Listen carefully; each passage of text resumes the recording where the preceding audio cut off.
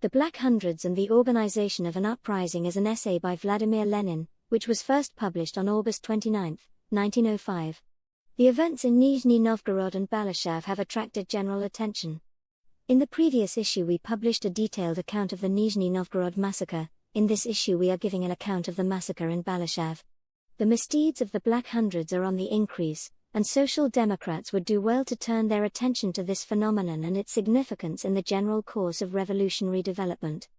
As a supplement to the correspondence from Samara, the following leaflet, issued by the Borisoglesk group of the RSDLP, is of interest. Workers and inhabitants of the town of Borisoglesk. The Balashav and Nizhny Novgorod events, in which the police have proved their ability to organize a massacre of all who hold dissenting views, have shown you the gravity of the situation the revolution is confronting us with. The time for words and platonic criticism has passed. By force of circumstances, the government drives us from words to deeds. It sees that the revolutionary movement has advanced beyond the point where it could be fought against, as has been the case hitherto, by the police and the gendarmerie alone. It realizes that in the struggle against the internal foe the regular armed forces of the Ministry of the Interior will not be sufficient. The entire population of the Russian Empire has become an internal foe and rebellious, and the government is obliged to enlist volunteers for the regular army. But in this wholesale enlistment into government service of tramps, rowdies, hawkers, and similar disreputable characters, who recognize no bureaucratic restrictions whatever, our government has at the same time been forced to change its time-honored methods of influencing the masses and the time-honored secret methods of the immediate struggle against the revolution. What's sauce for the goose is sauce for the gander. Hitherto our government confined itself to waging a struggle against the printed word. It now itself publishes proclamations in the Moskovskie Vedomosti, Ruskoy Dialo, Ordanin, Dian, and other official organs. Hitherto our government only hunted down agitators. It now itself sends out prelates, generals, sheripovs, gringmuts, and other agitators of its own to conduct agitation among the people. Hitherto our government only throttled all organization. It now itself organizes unions of the Russian people, leagues of patriots, and unions of monarchists. Hitherto our government trembled at the mere thought of an uprising. It now itself organizes uprisings of the Black Hundreds, and hopes to provoke a civil war. Terrified at the prospect of the impending revolution, the government has seized on such of the latter's weapons as organization, propaganda, and agitation. With the aid of these double-edged weapons, and with the help of the Black Hundreds, the government is beginning to stage scenes of popular indignation, of counter-revolution. After a tryout in the marginal provinces, it is now beginning a tour of the heart of Russia. We have recently witnessed such scenes in Nizhny Novgorod and in Balashav, and it cannot be said that the autocracy met with no success there. Revolutionary methods of struggle proved efficacious, many enemies of the autocracy were murdered or manhandled, and the population was terrorized by this legalized terrorism on the part of our government. There can be no doubt that the experiment will be further extended. The laurels won by some of the Black Hundreds will give the others no rest until they too will have put their strength to the test. Where there is revolution there is counter-revolution too, and, therefore, Borisoglesk must also be prepared to experience the organizing skill of the eminent representatives of the Black Hundred trend. We have reason to expect also in Borisoglesk pogroms against the Jews, against the workers, and against the intellectuals. Therefore, in preparation for proper resistance to the illegal measures which the government has adopted to suppress the revolutionary movement, the Borisoglesk group is starting a subscription for the organization of armed self-defense, and invites all those whose sympathies do not lie with the government and the Black Hundreds to help in the organization of self-defense groups with money and arms. In fact, civil war is being forced on the population by the government itself. It is a fact that tramps, rowdies, and hawkers are being taken into government service.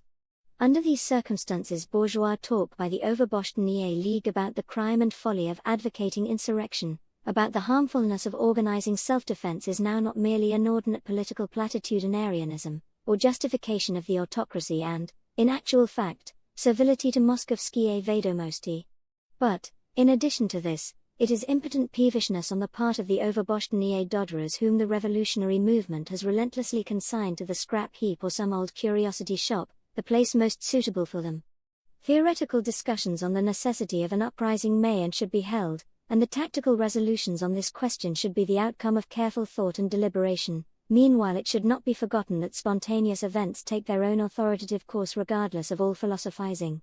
It should not be forgotten that all the tremendous contradictions that have been piling up in Russian life for centuries are now developing with irresistible force, bringing the masses to the fore and relegating outworn and dead teachings about peaceful progress to the rubbish heap.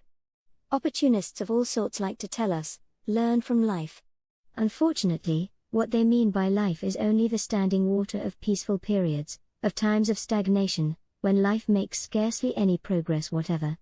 These blind people always lag behind the lessons of revolutionary life. Their dead doctrines always fall behind the stormy torrent of revolution, which expresses the most far-reaching demands of life, those involving the most vital interests of the masses. See, for instance, how ridiculous, in face of these lessons given by life, are the plaints being made by a certain section of social democracy about the danger of a conspiratorial view of the uprising, about a narrow Jacobin approach to the question of its necessity, about exaggerating the importance and role of material forces in the impending political events. These plaints started on the eve of an insurrection becoming a most real and vital necessity to the people, just when the masses, who stand farthest from all conspiracies, began to be drawn into an insurrection because of the misdeeds of the Black Hundreds. A bad doctrine is splendidly rectified by a good revolution. In the new Iskra one can read feeble witticisms, or are they sneers?